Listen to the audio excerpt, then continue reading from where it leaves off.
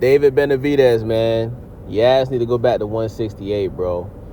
So, David Benavidez had his first fight at 175 last night against a guy. His name is Gwovdick or some shit. Pause. Gwovdick. That's a suspect-ass name. That's a Diddy type name, you feel me? But, homeboy, dude apparently was 37. David Benavidez sparred this guy a couple years ago. And, he admitted that David Benavidez gave him some good work in sparring, right? So I was expecting David to, because he's going up a weight class, right? Like David, 175 is pretty much David Benavidez's walk-around weight, right? So he didn't have to lose any weight for this fight, right? He may have had to lose at the most 5 or 10 pounds, right? So for this to be David Benavidez's first fight at 175, I was expecting, because he already has power, right? Like he doesn't have like the biggest knockout power, but he has enough power to where when David is throwing those combinations, because David likes to throw a bunch of combinations at one time, like he might punch your ass 6 or 7 times before he stops, right? I'm like, okay, David should knock this nigga out. He's 37. He sparred him before when he was younger, gave him some good work. He's going up a weight class. David's gonna knock this dude out, right? And that didn't happen, bruh. As a matter of fact, there wasn't one time in the entire fight that David Benavidez actually hurt this guy. This guy actually, in parts of the fight, he was the one that was walking David down, and David was fighting off the back foot. You understand what I'm saying? And even though David won the fight and he won damn near every round, it seemed to me like Gwovdick's punches were hurting David, but David's punches weren't hurting Gwovdick. You understand what I'm saying? And I noticed when David Benavidez was going to the corner, he was in a lot of pain, bro. Like I was looking at his face, I was looking at his eye.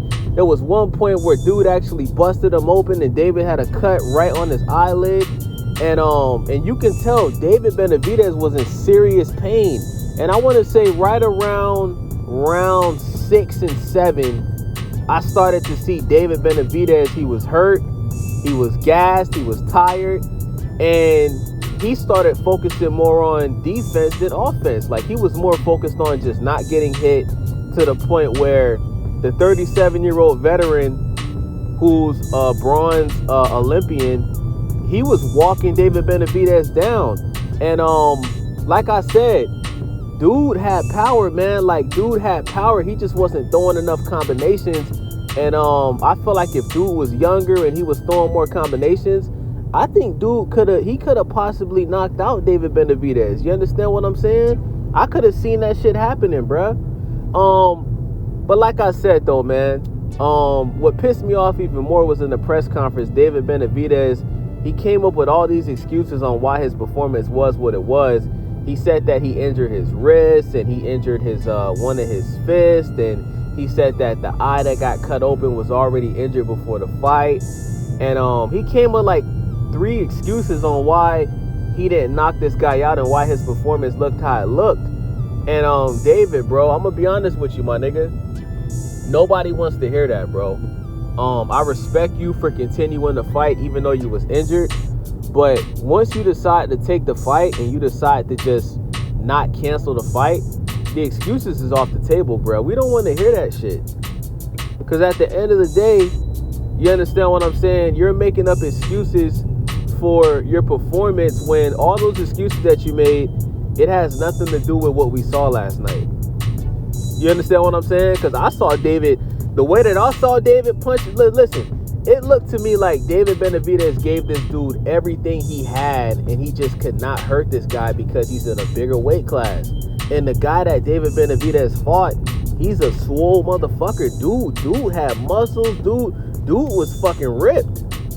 So it just seems to me like dude was just a stronger guy last night, man. You understand what I'm saying? And David, and when they asked David, like, does he want to stay at 175? David didn't say yes. That lets me know that he don't want to stay at 175. I'm going to tell you, if David Benavidez stay at 175, he would lose to Bivol. He would get knocked out by Better Beef. You understand what I'm saying? I would even say Anthony Yarde would beat David Benavidez. And what I realized is at 168, I realized that the reason why David has looked so dominant at 168 is because, number one, he's really tall, he has length, and he's bigger than the guys that he's been fighting at that weight class. You understand what I'm saying? So now that he moved up to a weight class that he should have been in 2 years ago, because let's be honest, David should have been moved up to 175. He was weight bullying, right? The same thing we said Errol Spence was doing and Devin Haney was doing. David Benavidez was 100% weight bullying at 168. 100%. David Benavidez should have been at 175, right? But I'm gonna tell y'all this, man. If I'm Canelo Alvarez, right? If I'm the face of boxing, Canelo Alvarez, right? Because before I saw this fight last night, I thought David Benavidez would knock Canelo out. Boy, was I wrong. Canelo Alvarez, man. Saul, I apologize. I sincerely apologize for me constantly saying that you were afraid of David and David would do this. No. If Canelo Alvarez fights David Benavidez at 175, he would knock out David Benavidez, 100%. There's no way in hell, there's no way on God's green earth that David Benavidez could beat Canelo Alvarez at 175. Canelo hits too hard. Canelo's not going to back up. Canelo's going to walk David down the whole fight the same way Wolfstick was walking down David round 6 to 12. Canelo walked that boy down the whole fight. And David ain't going to be able to handle that power, bro. I'm telling y'all, he's not going to be able to handle that power. And he's going to get knocked out. 100%. Now, David has a better chance of beating Canelo at 168 because David is a big guy at 168. But if we move up to 175, where Canelo's going to come in heavier, because remember, Canelo's already fought at 175. He won the championship at 175, and he lost that fight to Bivol at 175. But it's not like Canelo got his ass whooped by Bivol. He just got outboxed, right? It's not like he had a black eye. He didn't look how David looked last night, and David won. Canelo face didn't look how David's looked after that loss against Bivol. So, Canelo, there's no need to waste any more time, my nigga. Fight David now, because the longer that you wait, the better he's gonna get. Canelo has to fight David Benavidez next. It has to happen this year. You're the A side, you're the face of boxing. Fight him at 175. Tell David Benavidez, if you don't fight me at 175, the fight's not gonna happen. Fight him at 175. You understand what I'm saying? Put a rehydration clause on him. Do what you got to do, and knock his ass out. And if I'm Canelo, if after you beat David Benavidez, retire. There's nothing else to prove, unless you want to rematch Bivol. I mean, I wouldn't mind seeing Canelo get back with Bivol.